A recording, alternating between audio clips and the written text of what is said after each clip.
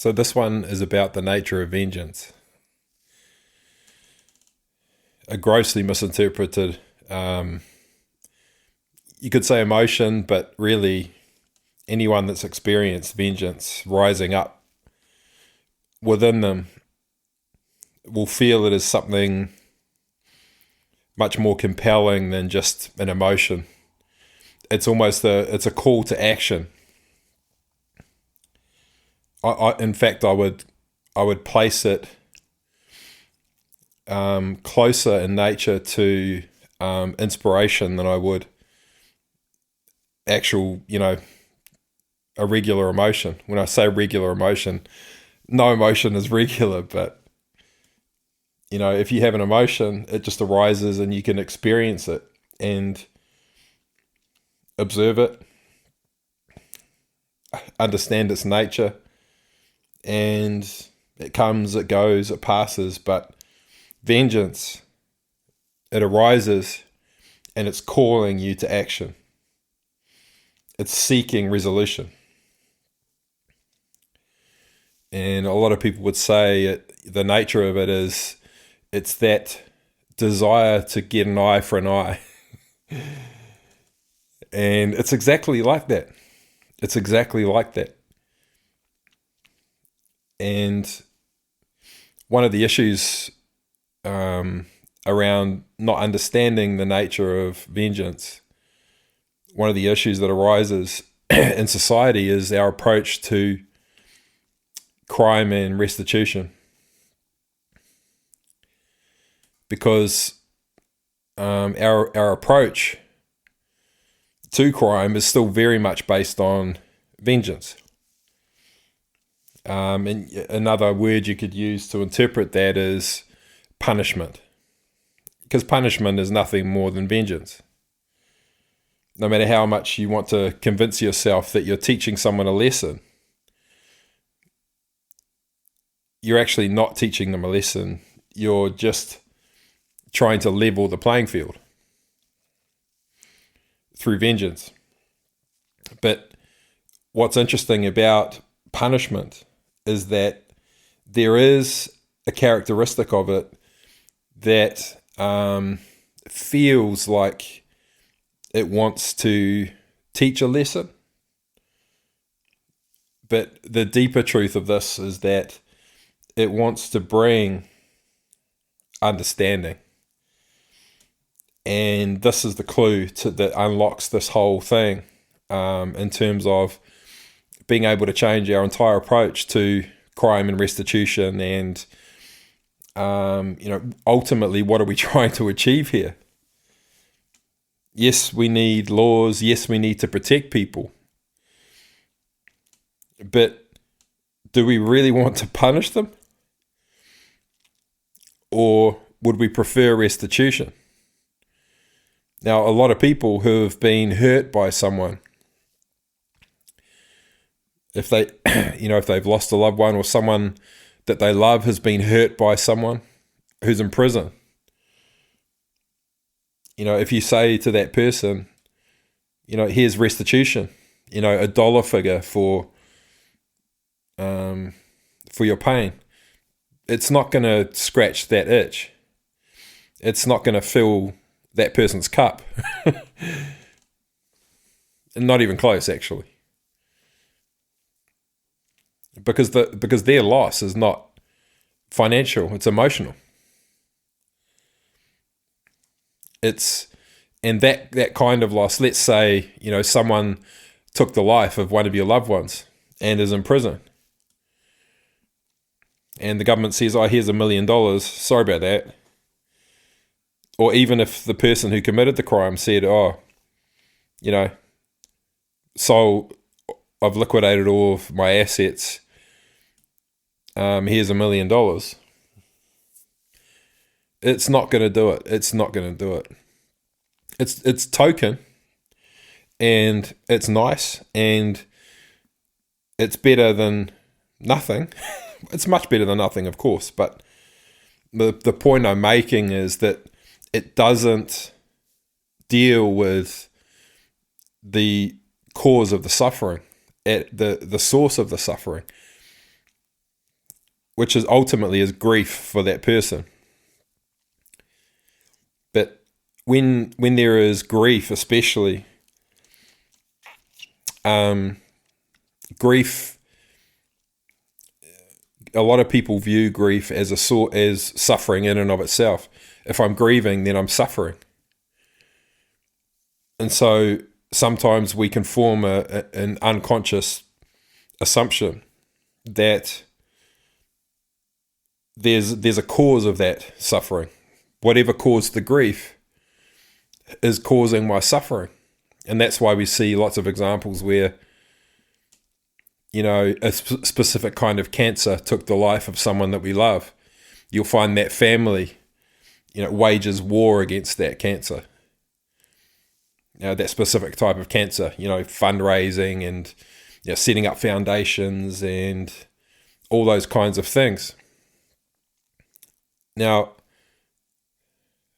those are wonderful things, of course, but driving it is a desire to annihilate the source of their suffering, annihilate whatever is responsible for the cause of their suffering, and ultimately that the nature of what's driving that falls into two different camps. Well, you can't really say it's this black and white, but from my experience, you've got mercy, and mercy is always seeking to annihilate any source of suffering.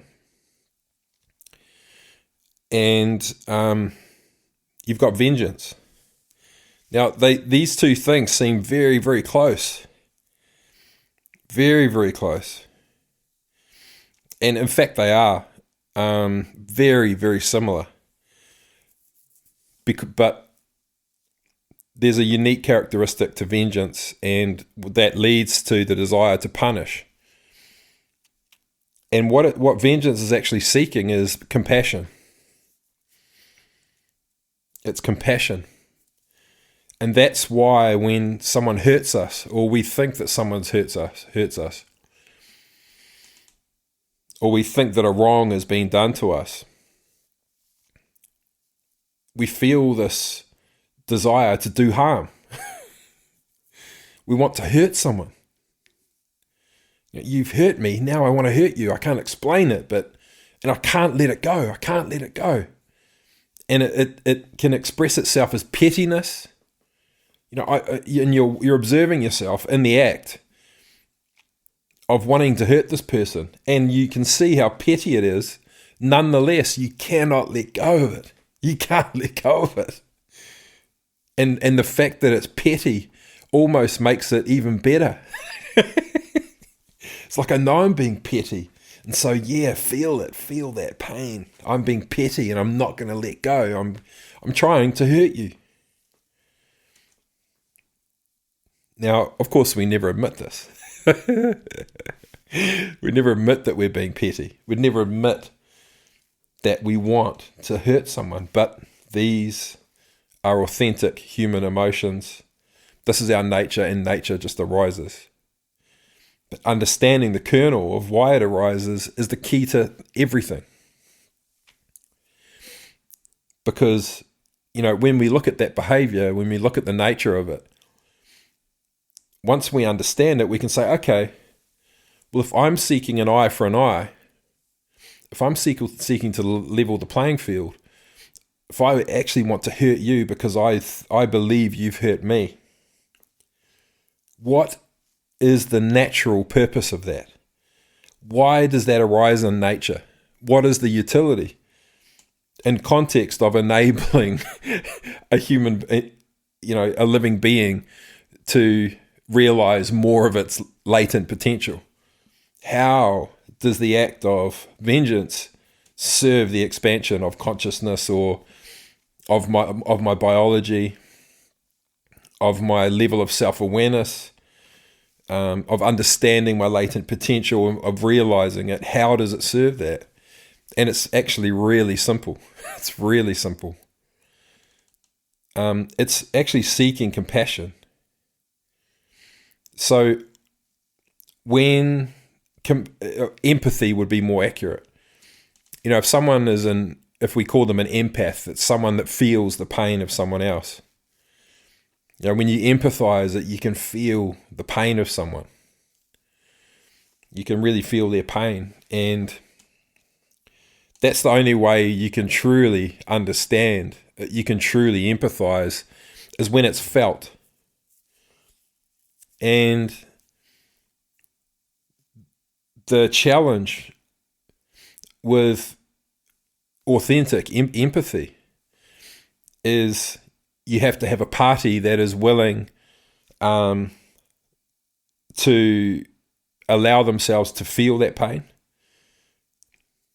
And in terms of, let's say someone has taken the life of someone that you love. So the person who's committed the crime has to be willing to allow themselves to feel your pain. And the person who is feeling the pain has to be able to be vulnerable enough to show that. Because you can repress emotions very easily. And so the huge challenge we have, because we're human beings, we're cells within a giant superorganism that's evolving eternally. And so everything is serving that purpose, the unfoldment of higher and higher potential of what we can become individually and collectively, of understanding and exploring our uniqueness, realizing the potential of a hybrid of all that uniqueness, interdependently creating and evolving and becoming more. That's the nature of our existence. So everything within that serves that. And that's what we have to come to understand first and foremost, is that everything is serving that expansion. Everything. Evil, absolutely everything is serving that. And because it's always about unrealized, unrecognized potential. And, the greatest barrier to unrealized potential is unrecognized potential. And the greatest barrier to unrecognized potential is resistance to the truth. The greatest barrier, the greatest cause of resistance to the truth is pain, suffering, negative emotions, unwanted experiences, truths that are unpleasant. And so, it's all about evolution, about can we evolve to a point where we're mature enough to understand the truth of this, and to get ourselves into a state where we're willing to not only acknowledge the truth of everything we're thinking and feeling, but to be able to interpret it vulnerably and share that with other people. I mean, the way our society is set up now, that's certainly not a very comfortable thing to do. We still are terrified of our own emotions. We are terrified of our own emotions. We're so resistant to our nature. It's just unbelievable. We judge ourselves. We hate ourselves. We're trying to force ourselves to change against our nature. We're not working with our nature at all. We're trying to reject it in favor of this part of my nature. I'm trying to reject this part of my nature in favor of this part. But the reality is that I just don't understand that part of my nature. And when these pieces of the puzzle start falling into place and you start seeing the truth of who you are, and the deeper your own understanding of your own nature becomes, the more you begin to accept and understand and love yourself. The more you begin to forgive yourself for being evil, for being vengeful, for being petty, because you understand this is my nature, and my nature just arises. I didn't understand. I couldn't feel that person's pain. I wasn't courageous enough to bare my soul. I couldn't interpret my emotions that well back then. Once you understand your own nature, you begin to forgive yourself for having a darker nature, which we all do, a shadow nature. So vengeance is trying to level the playing field. Because if the person who's feeling the pain is not willing to interpret it, access it, share it, so that it can be felt, then it will seek to be felt. So that part of your nature, as it arises, it's going to bash through and shatter any resistance to it being expressed, because it's holding back the unfoldment of latent potential.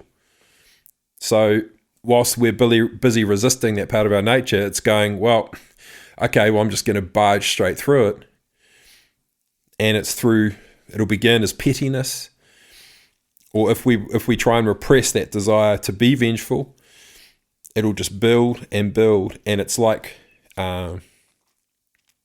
you're trying to withhold this part of your nature. You're trying to repress it, and because you don't like it, you're judging yourself for it. You're blaming yourself for all these negative thoughts. I want to hurt this person. You start judging yourself. You become ashamed.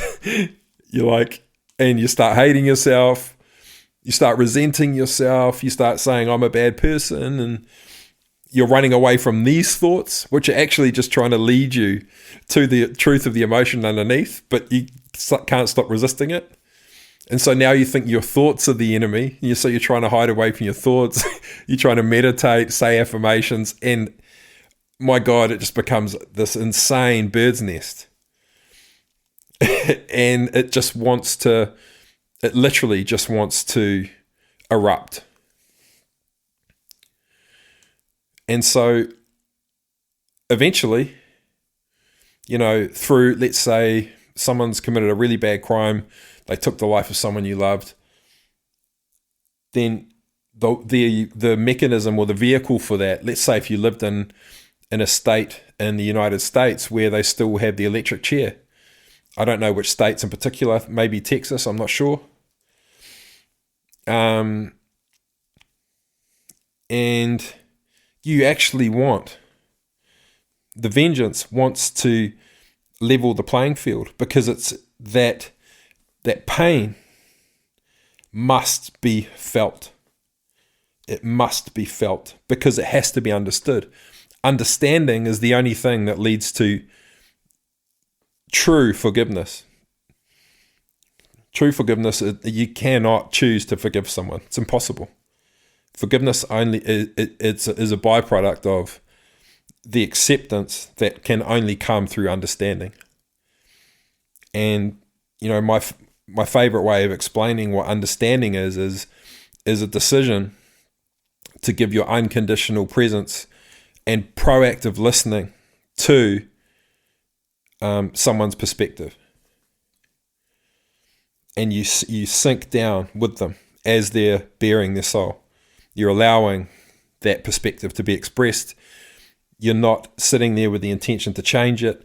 You're not sitting there with the intention to bring them over to your perspective.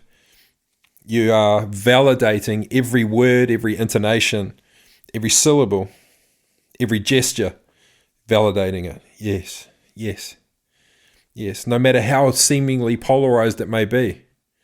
Yes, I understand. Okay, I see. Because this desire of this part of us to be seen is unstoppable. You cannot stop it. And I'll do a podcast on this topic at some point as well, which is the nature of the unconscious. The nature of the unconscious. And, you can call it the unconscious mind, but it's so much more than that. The nature of what is unconscious, its essence is to be seen. And so if you if you zoom out of your life right now and just look at all of existence as a whole, unfolding, realizing higher and higher potential of what it can become, and you view the unconscious expression of it is the nature of its existence pre-manifestation. So it's everything it has the potential to become before it has become it. The essence of that, the nature of that unconsciousness is to be seen.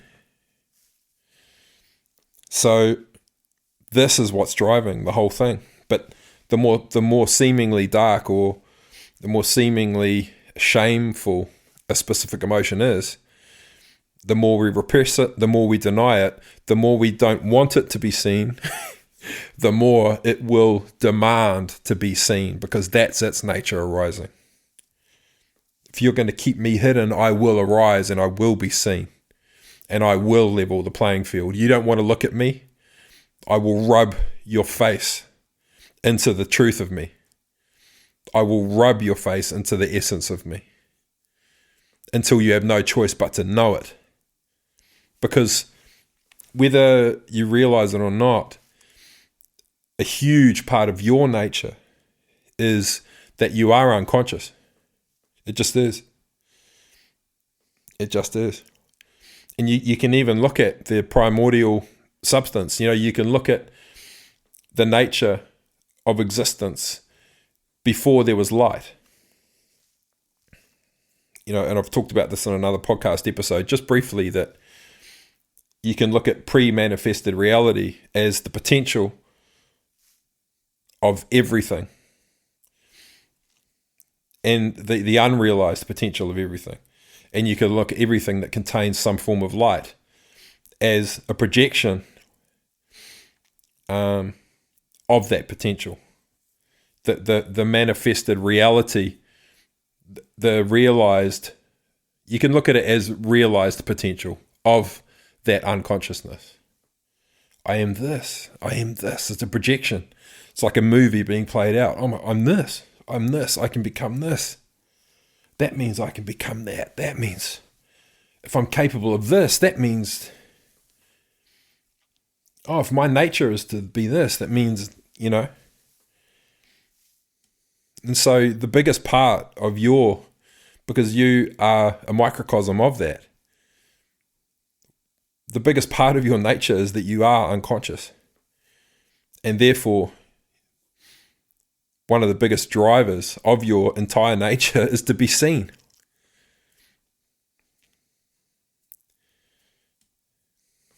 The moment it is seen, it has become, I am this. I am that. I am seen. I'm seeing myself. I'm seeing what I can become. I am that. I am that. Oh my God, I'm that. I'm that. And so resistance to seeing yourself, whether that part of your nature is that I am vengeful, I am petty, whatever it is, if you resist it, it will come back at you. You cannot resist your nature because it just is. So, you can easily say, okay, well, that's well and good, but and that's great. We understand the nature of vengeance.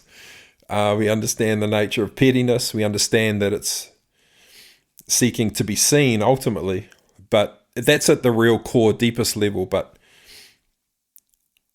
practically, if you zoom back in now to being a human being and you look at it now, then you can say, okay, so this part of me is seeking compassion to be understood. And, to be understood, ultimately that means that my pain, the nature of it has to be felt. And that's what drives the vengeance.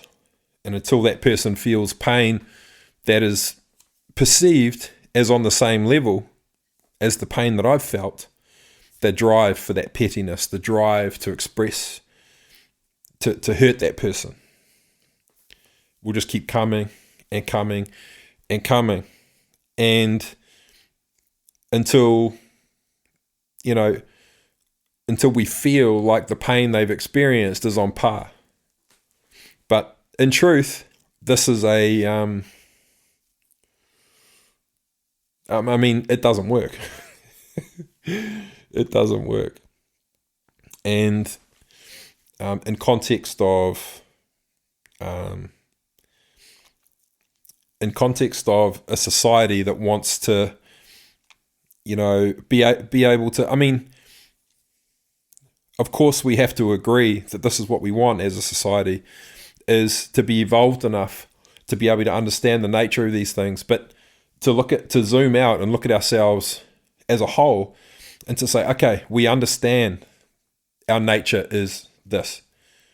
We understand that this feeling within this person arose because of this. We understand that the reason this person took the life of this person was because they're in pain. So how can we understand that pain? So it's until we can zoom out and look at the whole thing and bring understanding to everyone involved, that is the only way to reconcile the drive to level the playing field, the drive, feel my pain, understand my pain. But that the only reason that vengeance is in place is because the understanding hasn't been expressed. I haven't bared my soul. I haven't shared my pain with you. You haven't given me your unconditional presence for long enough and listened actively enough in an unconditional way, in a proactively unconditional way, so that I can bare my soul, so that I can share the truth, my truth of my pain, and potentially even get to even deeper levels that I haven't accessed myself, and I can even understand myself even deeper as I'm going. And I know from experience, when you're able to do this with another human being, whether it's someone you care about in a personal relationship, or whether it's actually in a meeting with a group of people related to business, who have objectives and things that they're trying to create and build and do in their lives, who are experiencing their form of pain that could be obstacles and barriers preventing them from realizing, the highest potential for them in the context of business. It's the same thing. Share your pain. Help me understand.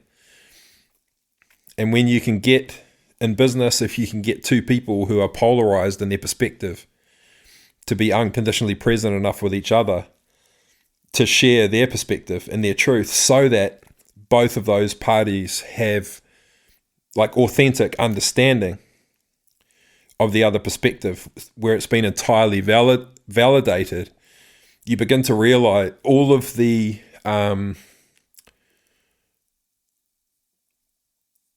drive. If someone's feeling pain in a situation, that drive for that pain to be felt, it just falls away because someone's understood you. You've been seen. And when you feel as though you've been seen, your life transforms. It transforms everything. Why? Because I've said this in other podcasts, and you'll hear this a lot from me. Because the only thing that is capable of transforming anything is awareness. And that means presence. That means presence. The only thing that is capable of transforming radiation in the form of light into light that behaves as matter, particles, is awareness, presence. That is the only thing that can change the state of energy. The only thing.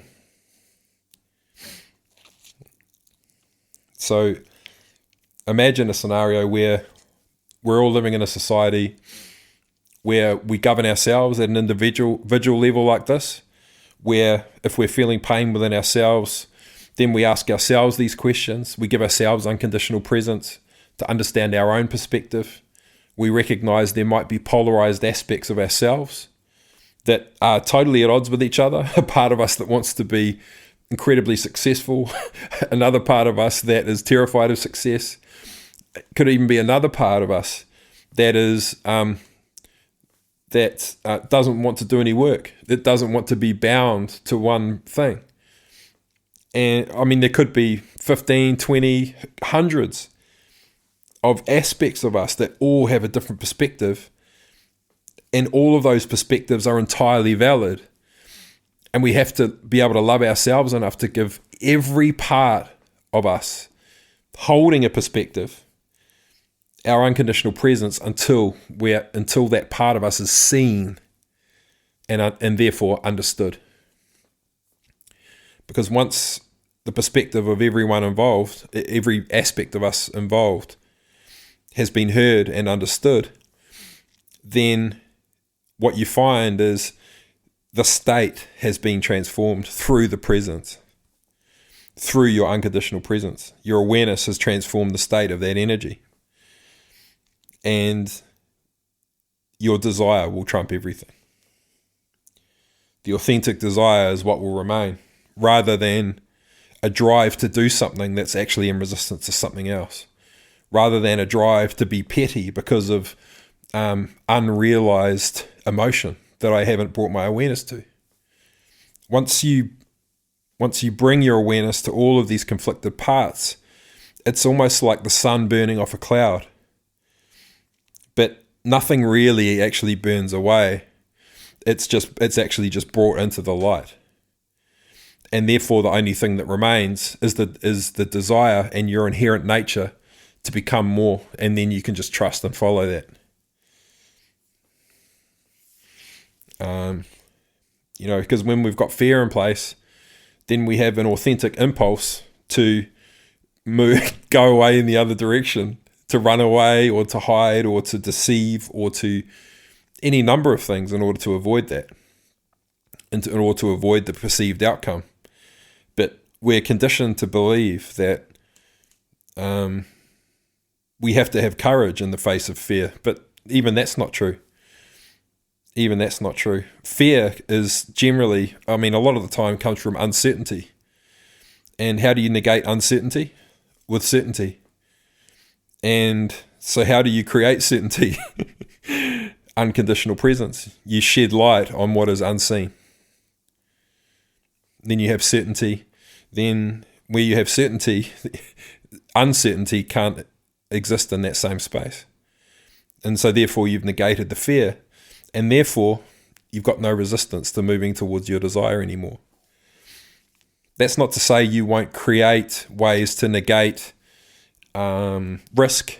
You might give that part of yourself that's feeling afraid, you might give it unconditional presence and uncover that you need to engage another project or create a solution to something or whatever it may be. But bringing that part of yourself into the light of awareness enables you to then create that thing. You can't create that solution until it is seen, until that part of you is seen, heard, understood, validated. Never invalidate a part of yourself. All of your aspects, every part of you is valid. Every part of you, no matter how distorted its reality may seem to another part of you. Because remember, you are chaos and you are order. You're everything. You're one thing and you're multiple. Don't let anyone tell you we are one. Because yes, you are one, but you are also separate. You're not just one thing. You're all things and you're none. You are literally a paradox. So, this is obviously related to the podcast I did on understanding, but this is an absolute linchpin for so many aspects of life. If we can bring this in at a foundational level, where people are able to understand the perspectives of everyone involved, so that the driver behind our behavior is not vengeance. It's moving towards something desired. Once we can get to that place, we can then say, okay, there was an emotional cost, But because now I understand that, there's nothing within me wanting to cause you pain anymore. So now all of a sudden, I'm still aware of my own pain, but I no longer want you to suffer because of it. Because I understand how much pain you were in that led you to expressing yourself in that way.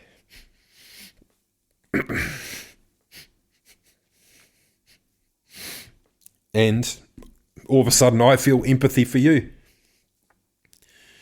And, for anyone that's listening to this that's suffered intense pain at the hands of someone else, like the scenario I'm giving you now, I know that you can't conceive of a moment where you could have compassion for the person who caused that suffering. And I get it. I totally understand. But I do want you to know that this is what's possible. This is what's possible. And so from that state of having, we call it reconciling. Our team, we do this all the time. We do it in business. I do it in my relationships with people that I'm really close to. And it's profound. The impact of it is profound. But once you've reconciled this emotional part of it, you don't have pettiness or vengeance or the seeking of pity, or none of that is driving it. Sorry, I should throw in there that when we seek pity, it's the same thing. We're seeking compassion for pain that we're experiencing that isn't understood, that hasn't been seen by the people around us. And so we're trying to expose that pain. We can also give ourselves self-pity because we're not showing ourselves compassion, because we haven't given ourselves enough understanding. We haven't been unconditionally present enough with the part of ourself that we're repressing. We're invalidating it. We're ashamed of it. That's what self-pity is. And it's totally okay. It's okay to have self-pity. It's okay. There's nothing wrong. We shame ourselves for having pity. No, it's a coping mechanism. It's nature. But once you understand it, you're equipped with new choices. And so what we can do then is we can then say, okay, what I want all of a sudden is now very obvious. And I don't want to cause that person pain. I actually, I don't want to do anything. But maybe there was a financial cost as well. Maybe there was a court case. Maybe this person became depressed and needed care. There could have been a lot of unintended consequences, physical consequences. And so there may be a financial cost. And so that's what we look at.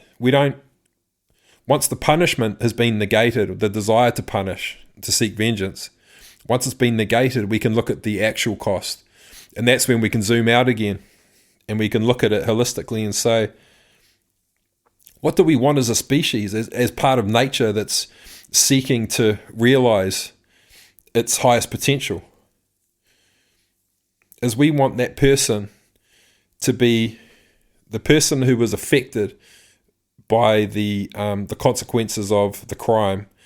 We want them to be in, if not the same position that they were before it happened, physically, mentally, emotionally, but probably better off, and then we might say, okay, so is putting that person in prison to punish them, is that actually what we want? Or is there a way we can activate latent potential within that person, not only for them to be able to become more self-reliant, which is in fact helping them to negate some of the issues that caused them to create the crime in the first place, and then for this person to receive restitution as a percentage of whatever they generate, whatever they produce. And so that when that person's sentence is over, we've got a self-reliant human being going into society that knows they can step out of the doors. Well, it wouldn't be a prison as we know it now, obviously, but if we saw that person as a threat, whatever their healing path was, that the moment that their debt is repaid, the moment the restitution is,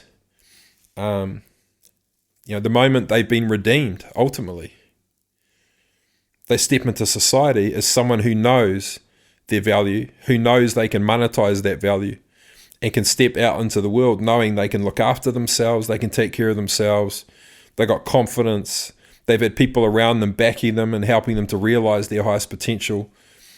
And the result is that as a society, we've folded in around this person and said, help me understand you.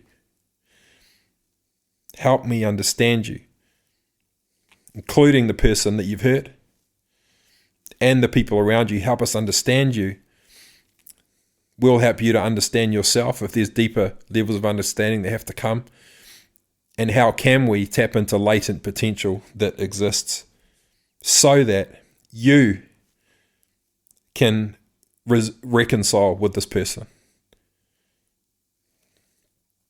in the way that you authentically want to, because it's your nature. You just don't realize it yet. Now, that's my vision for an approach to crime and restitution. And, my hope is that, this resonates with people, anyone listening to this that's interested in this as a topic or as a project or is involved with it or just notices that they get a lot of thoughts about it. They have an unexplained curiosity in relation to it. Please send me an email. In a big part of what I do is I help people to activate latent potential in their lives so they can become self-reliant, turn their skills into multiple sources of revenue and income. And also, helping people to reconcile, trauma, conflict. And I would love to spawn a project in this space, even if it's just something small in the beginning. Just pilot something like where we start lobbying a government to say, hey, can we trial this with a group of people who have committed petty crimes? The key with things like this is that the mountain seems so high that we don't bother taking one step towards it. It's such a massive thing, crime and restitution. We look at the, it's just so obvious. We all know it's not right. We understand that we want to punish people who hurt us. And it's not really until we understand these things and can reconcile them that we can begin to approach this in the way that that our nature really wants us to evolve towards. So if you want to start a dialogue, if you feel inspired to connect, just send an email. And who knows what could happen. Okay. So that's it for now. That's the nature of vengeance. Catch you soon. Cheers.